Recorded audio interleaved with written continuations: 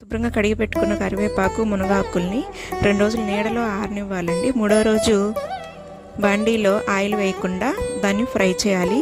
ఏమైనా వాటర్గా ఉంటే పోతుందని వేడికి.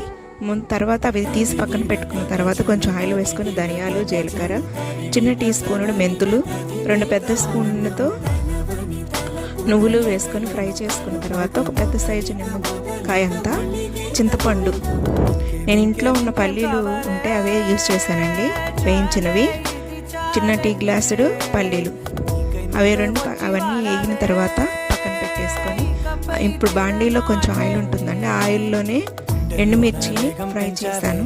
కొంచెం ఉప్పు వేసి మొత్తం మిక్సీ పట్టేసి పక్కన పెట్టి తర్వాత విడిగా వేయించిన ఆకులు ఉన్నాయి కదా అవి కూడా మిక్సీ పట్టుకొని విడిగా కలుపుకున్నానండి. లాస్ట్లో ఒక్కొక్కడు వెల్లుల్లి రెబ్బలు వేసి మిక్సీ చేశాను, అంతే.